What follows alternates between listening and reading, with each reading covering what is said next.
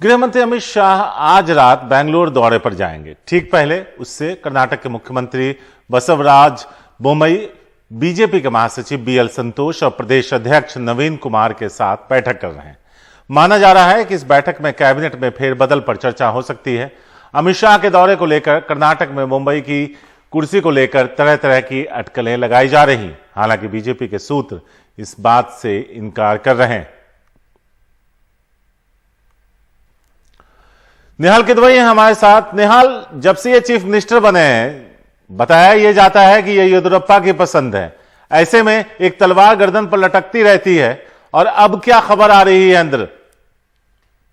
देखिए, काफी दिनों से ये अटकल लगाई जा रही है कि शायद बसवराज बोम्मई को मुख्यमंत्री पद से हटा दिया जाएगा, और इस तरह की जो अटकलें यहाँ पर लग रही हैं उसको हवा खुद बीजेपी के नेता ही देते हैं। दबी जुबान में वो ऐसी बातें करते हैं और उसके बाद अटकलों का बाजार गर्म हो जाता है। लेकिन इतना तय है कि जब से बसवराज बोम्मई ने यहाँ पर सत्ता संभाली है येदियुरप्पा के उत्तराधिकारी के तौर पर, उसके बाद एडमिनिस्ट्रेशन पर जो पकड़ थी येदियुरप्पा की, वो पकड़ नहीं दिख रही है। साथ ही साथ यहाँ पर हालात लगातार बिगड़ते रहे। करप्शन के चार्जेस उनकी सरकार पर बहुत बुरी तरीके से लगे हैं। यहाँ तक कहा गया कि एक मंत्री को इस्तीफा देना पड़ा। और उतना ही नहीं, जो बिल्डर्स एसोसिएशन है, कॉन्ट्रैक्टर एसोसिएशन, उन लोगों ने तो कई सारे विभागों पर करप्शन के चार्जेस लगाए। उन्होंने यहाँ तक कहा कि वो बहुत सारे दस्तावेज भी जारी करेंगे। साथ ही साथ ट्रांसफर पोस्टिंग उद्योग जिसको कहते हैं कि कई बार कई राज्यों में इसकी चर्चा होती है, वो भी यहाँ पर अपने चरम पे है, ऐसा कहा जाता है। और इस बात को लेकर के भी काफी हंगामा मचा रहा। और कुल मिलाकर के इनएफिशिएंट गवर्नेंस जिसको कहते हैं कि जिस तरह से राज्य की सत्ता चलानी चाहिए उस तरह से वो चल नहीं पा रहे हैं। इसलिए कि एक बात ये कही जा रही है कि कई सारे पावर सेंटर हो गए हैं। एक येदियुरप्पा का परिवार है, दूसरा बसवराज बोम्मई खुद हैं, तीसरा बीएल संतोष जो कि ऑर्गेनाइजिंग सेक्रेटरी हैं और आरएसएस के बहुत बड़े नेता हैं, कर्नाटक से ही हैं। तो कहते हैं कि वो भी मुख्यमंत्री बनना चाहते हैं। और जब येदियुरप्पा यहाँ पर थे मुख्यमंत्री, उस वक्त काफी नोकझोंक दोनों के बीच में होते थे। हालांकि खुल करके आधिकारिक तौर पर दोनों ही एक दूसरे के खिलाफ बयानबाजी नहीं करते थे। तो ऐसे में कई सारे पावर सेंटर बन गए हैं और अटकलों का बाजार गर्म है कि शायद हालात, जिस तरह के हालात यहाँ पर देखने को मिले हैं, धार्मिक उन्माद जिस तरह का कर्नाटक में हाल में देखने को मिला है, जो मुस्लिम समाज के साथ साथ आप देखिए जो क्रिश्चियन समाज है वो भी काफी नाराज है बसवराज बोम्मई से। तो ऐसे में यहाँ पर अटकलें लगाई जा रही हैं और ऐसी संभावना जताई जा रही है कि शायद यहाँ पर सत्ता परिवर्तन हो। शुक्रिया निहाल इस पूरी जानकारी के लिए।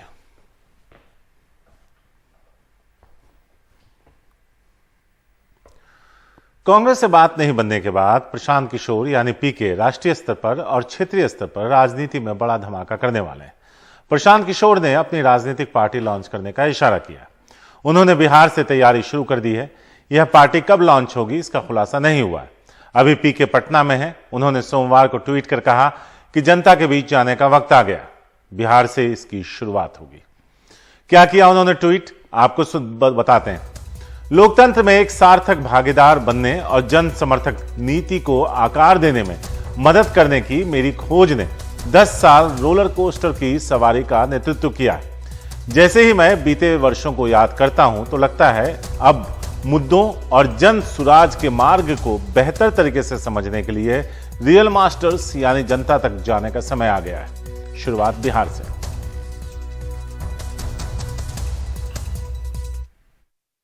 पीके ने अपने नए प्लान की तो जानकारी दी है। सबसे बड़ी बात है कि उनका ट्वीट का 2 हिस्सा है। एक ट्वीट का हिस्सा है जिसमें उन्होंने अपने पिछले 10 साल की जर्नी को रोलर कोस्टर ड्राइव रखा है कि बहुत जगह उनको सफलता भी मिली, बहुत जगह जो है उनको विफलता भी मिली। बहुत सारे काम वो करना चाहते थे जिसमें वो सफल नहीं रहे। जैसे यूपी का चुनाव के बारे में हमेशा कहा जाता है कि वो कांग्रेस पार्टी को जिता पाने में वो कामयाब नहीं रहे। उसके अलावा भी कांग्रेस पार्टी के साथ हाल के दिनों में उनका इतना हाई प्रोफाइल डिलिब्रेशन चला जिसमें बहुत ज़्यादा सफलता नहीं मिली।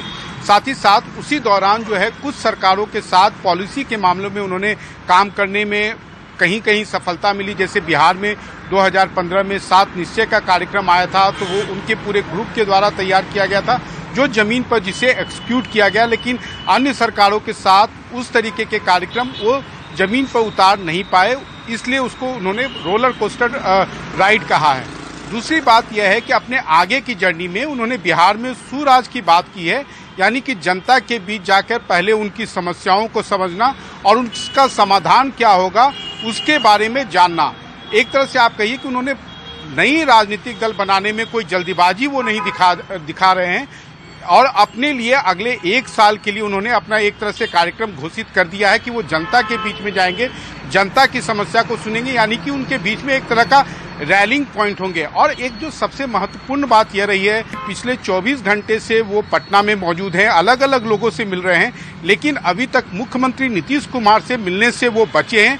और इसका एक बड़ा कारण यह है कि वो चाहते हैं कि किसी भी तरह का कोई राजनीतिक स्पेकुलेशन फिर से ना शुरू हो जाए और वो अब जो कुछ भी भविष्य में करना चाहते हैं, खासकर वो नीतीश कुमार से एक दूरी बनाए रखना चाहते हैं, क्योंकि उन्हें मालूम है कि नीतीश कुमार हर इस तरीके की व्यक्तिगत जो मुलाकातें होती हैं उसका राजनीतिक लाभ लेने में अब तक कामयाब रहे हैं। मध्य प्रदेश के खरगोन में आज और कल पूरी तरह कर्फ्यू लगा हुआ है। प्रशासन ने किसी भी तरह की अप्रिय घटना ना हो इसके लिए कर्फ्यू लगाया है। हालांकि ईद की खरीदारी के लिए आज सुबह सिर्फ 4 घंटे की ढील दी गई। कर्फ्यू के फैसले से पहले प्रशासन ने जिले में शांति समिति की बैठक की और ईद और परशुराम जयंती के मद्देनजर यह फैसला लिया। साथ ही लोगों से अपील की गई कि ईद के दिन वो घरों में ही नमाज अदा करें। इससे पहले कल लोग खरीदारी कर सकें, इसके लिए सुबह 8 से शाम 5 बजे तक कर्फ्यू में छूट दी गई थी। आपको बता दें, खरगोन में रामनवमी जुलूस के दौरान 10 अप्रैल को हिंसा के बाद से कर्फ्यू लगा है और हालात को देखते हुए बीच बीच में छूट दी जाती।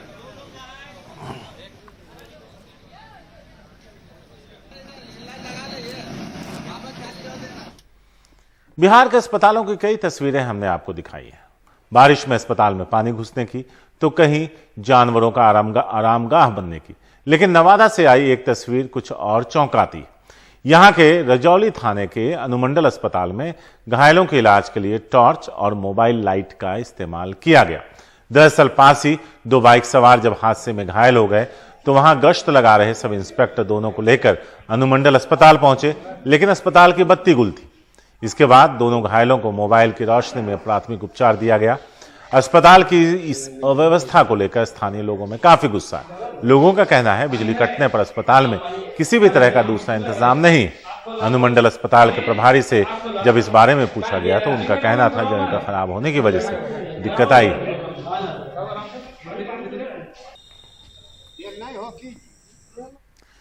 दिल्ली में इस वक्त भीषण गर्मी पड़ रही है, तो वहीं दिल्ली के आईटीओ के पास यमुना की जो तस्वीर है, अगर आप वो देखेंगे तो हैरान रह जाएंगे।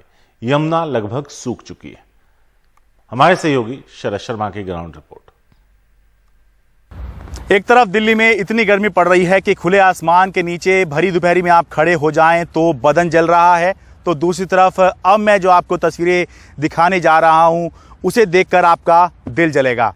मैं दिल्ली के आईटीओ के पास यमुना नदी में खड़ा हुआ हूं और यहां से नदी गायब हो चुकी है, सूख चुकी है। मैं यमुना नदी के बीचों बीच खड़ा हूं, जहां पर नदी बहती है वहां पर इस समय मैदान बना हुआ है और ये देखिए, ये स्थिति यहां पर यमुना नदी में, बीचों बीच यमुना नदी में दिखाई दे रही है। इसका एक कारण तो ये हो सकता है कि गर्मी बहुत ज़्यादा है और 72 साल में बताया जाता है कि अप्रैल का महीना इतना गर्म कभी नहीं रहा जितना इस बार रहा है, तो इसका भी ये असर हो सकता है कि यमुना आईटीओ के पास जो है वो इस तरह की दिखाई दे रही है कि यमुना नदी दिखनी ही बंद हो गई है। और दूसरा, जो दिल्ली जल बोर्ड के उपाध्यक्ष हैं सौरभ भारद्वाज, उनका कहना है कि एक तो गर्मी का तो असर है ही, और दूसरा हरियाणा ने पानी कुछ कम छोड़ा है, जिसकी वजह से वजीराबाद से आगे दिल्ली जल बोर्ड ही पानी कुछ कम छोड़ रहा है, जिसकी वजह से आईटीओ के पास यमुना लगभग सूख चुकी है। देखिए, इसके 2 बड़े कारण हैं। एक तो पूरे नॉर्दर्न इंडिया के अंदर बहुत भयंकर लेवल की जो है हीट वेव चल रही है। गर्मी आपने देखा भी होगा कि इस बार अप्रैल में जो गर्मी पड़ी वो पिछले सालों की तुलना ज़्यादा थी।